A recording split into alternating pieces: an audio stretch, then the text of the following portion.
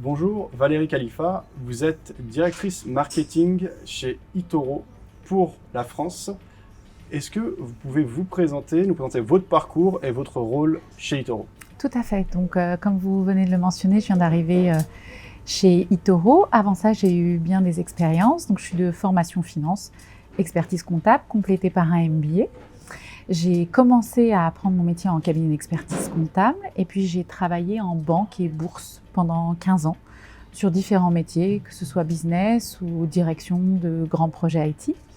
Et ensuite, j'ai pivoté, comme on dit chez les entrepreneurs. Je suis allée en marketing, travailler pour une plateforme de création de sites internet, où là, il était extrêmement gratifiant en termes d'impact de libérer l'expression et de permettre à chacun de s'exprimer en ligne. Et finalement, là, je retourne à mes premières amours, si j'ose dire, ou expertise, en mariant le marketing et la finance, et en rejoignant le monde de la fintech, où là, je redonne le contrôle aux gens sur leurs ressources financières, sur leur argent, en désintermédiant tous les services. Et donc, c'est une boucle bouclée assez logique dans mon parcours. D'accord. Alors effectivement, les fintechs, c'est un secteur en pleine ébullition en ce moment, puisque on entend partout parler des fintechs, que ce soit néobanques, la blockchain, le trading social qui est la spécialité d'eToro et la possibilité qui est maintenant ouverte à tous de pouvoir investir sur une gamme de produits beaucoup plus large qu'il y a 10 ou 15 ans. Quelle est la stratégie de communication et le positionnement d'eToro pour 2019? Alors, comme vous l'avez mentionné, je vais effectivement d'abord présenter eToro. eToro, c'est 10 millions d'utilisateurs dans le monde. On est maintenant à un peu plus de 650 en interne. Il est vrai que nous avons été connus pour donner l'accès en un clic aux cryptos. Mais eToro, c'est beaucoup plus que ça. C'est tous les actifs financiers sur la plateforme, que ce soit actions, contrats de différence, indices, matières premières, évidemment crypto, ETF, mais aussi des portfolios à thème, si vous voulez, à investir dans certains thèmes spécifiques d'industrie. On fournit ça aussi sur différentes stratégies de risque. Donc, ça va de la spéculation crypto jusqu'à l'investissement bon père de famille. Sur la stratégie marketing en France, c'est effectivement ce contenu qu'on veut développer et cette offre qu'on veut bien expliquer et pas seulement avoir un ancrage crypto, même s'il est vrai qu'on est vraiment en avance en termes de disruption de marché sur la partie blockchain. Il y a une vraie vision sur eToro, sur la blockchain, pas seulement ce qui va se passer cette semaine, mais ce qui va se passer dans les 5 ans, dans les 10 ans, comment la blockchain va bouleverser nos vies et comment la tokenisation de tous les actifs va bouleverser nos différents usages. Ça, c'est un pan, c'est un des pieds forts de eToro. Et sur l'autre, on est sur l'investissement plus traditionnel, sur des actifs sur les gens sont peut-être plus familiers. En France, on a un rapport au risque qui est un petit peu différent que dans les pays anglo-saxons. Il y a une appréhension qui est due à des choses qui sont réelles, par exemple les frais et les commissions pour trader, ou des perceptions, un rapport au risque qui est différent en France. On le voit dans l'entrepreneuriat, même si les choses tendent à énormément évoluer ces dernières années. Mais il y a un rapport à l'investissement un peu mêlé de crainte.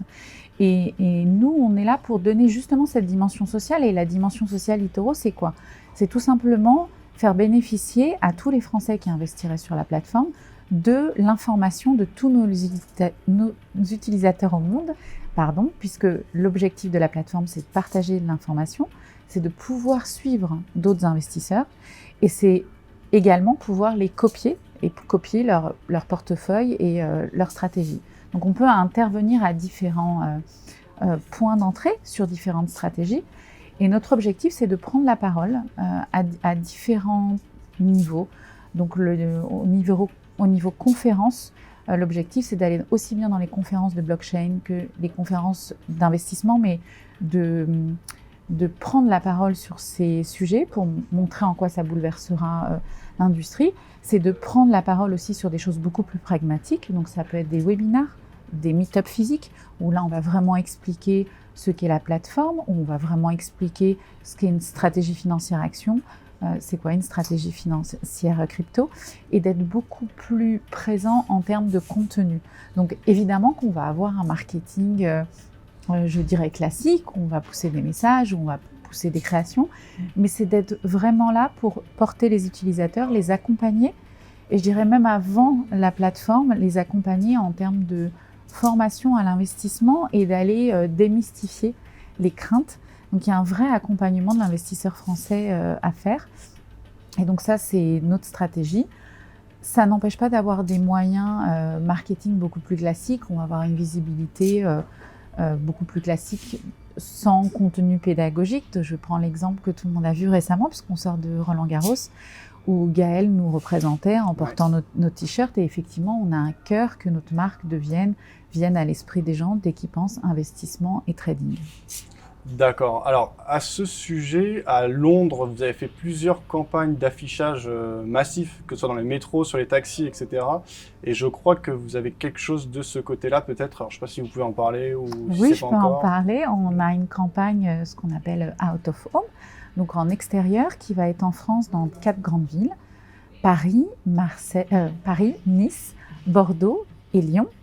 Et effectivement, qui va être sur plusieurs supports. Donc, on parle des bus, on parle des abribus, des métros, des aéroports, à l'entrée des entreprises, dans le métro. Et effectivement, là, on va avoir une présence plus classique, plus agressive, je dirais, d'un point de vue marketing, mais qui s'accompagnera toujours d'une prise de parole, presse, contenu, réunion d'utilisateurs. Oui, je comprends. Une stratégie globale de communication et d'accompagnement parce que on est, en tout cas, sur tout ce qui touche aux crypto-monnaies et à la blockchain, qui est quand même un point fort d'eToro, et je suppose dans le cœur de votre développement, il y a besoin d'éduquer les gens, de les accompagner. La confiance n'est pas forcément là. Je veux dire, ceux qui sont passionnés, ceux qui sont dans le trading, l'investissement ou la technologie, ils voient l'intérêt, etc. Au niveau de la population plus globale, je pense qu'il y a encore un gros travail effectivement d'accompagnement, donc ça me paraît cohérent. Oui, et il n'y a pas à en rougir d'ailleurs. C'est-à-dire qu'il y a un petit groupe qui s'est passionné pour ce sujet-là, mais vraiment dans sa mécanique, dans le fonctionnement de la blockchain, et pas seulement dans la spéculation à court terme des cryptos. Et effectivement, la France est à l'avant-garde de ça. Il se passe beaucoup de choses en France. Je ne sais pas, on peut citer la Startup Ledger qui a fait beaucoup parler d'elle. Mais même au niveau législatif, il se passe des choses aujourd'hui au niveau régulation en France qui vont positionner la France comme une vraie terre d'opportunité, et c'est très important pour nous. Et puis effectivement, il y a un cercle plus large, mais on se positionne un petit peu comme au début des usages Internet, où on sentait bien que ça allait bouleverser nos vies, mais on n'était pas encore capable de mettre des mots sur les applications concrètes. Et on est à ce moment-là. On sent bien qu'on rend le contrôle aux gens, que les choses vont être plus transparentes, plus faciles à accéder, qu'on va pouvoir tokeniser absolument toutes sortes d'actifs, mais beaucoup ne le sentent pas encore au quotidien. Et nous, on a un vrai travail pédagogique pour non seulement disrupter le marché et faire constamment évoluer notre offre, nos produits, pour donner accès aussi facilement aux cryptos, aux crypto-monnaies, qu'aux autres crypto-actifs demain et après-demain. D'accord. Dernière chose à propos des crypto-monnaies et de la blockchain, mais également de la fintech de manière plus large, vous avez évoqué le mot de disruption, quelque chose qu'on entend beaucoup en ce moment. Et c'est vrai que quand on regarde les différents secteurs d'activité de manière globale, il y a pas mal d'entreprises qui font des paris d'avenir qui paraissent un peu... pas fou, mais vraiment révolutionnaire. Je pense par exemple à Tesla ou à Uber, chacun dans leur catégorie. Est-ce que vous pensez que c'est un état d'esprit général et que dans la finance, la blockchain peut être une révolution majeure de ce type, de cet acabit? Tout à fait. Alors, quand on pense à Tesla, on pense qu'on utilise notre voiture tous les jours, et c'est vrai, pour ceux qui sont en voiture. Mais c'est bien un produit qu'on utilise tous les jours, c'est bien notre argent.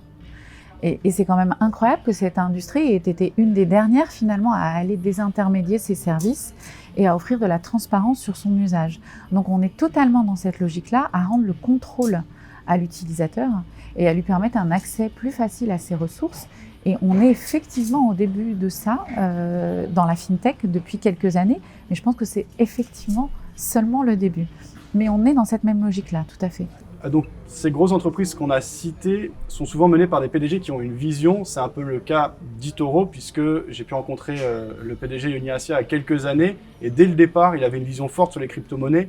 Je me rappelle l'interview où le Bitcoin était qu'à 800 dollars et il était déjà très optimiste et il exprimait clairement sa vision. Donc on rentre, je pense, dans cette logique également avec eToro. J'invite votre audience à suivre les interventions prises de parole de Yoni, que ce soit dans des interviews avec des journalistes ou que ce soit dans les grandes conférences. Et il a effectivement une vraie vision. Il est en avance, même je dirais, sur nous tous. Il porte le projet blockchain. Il a vraiment, il n'est pas suiveur.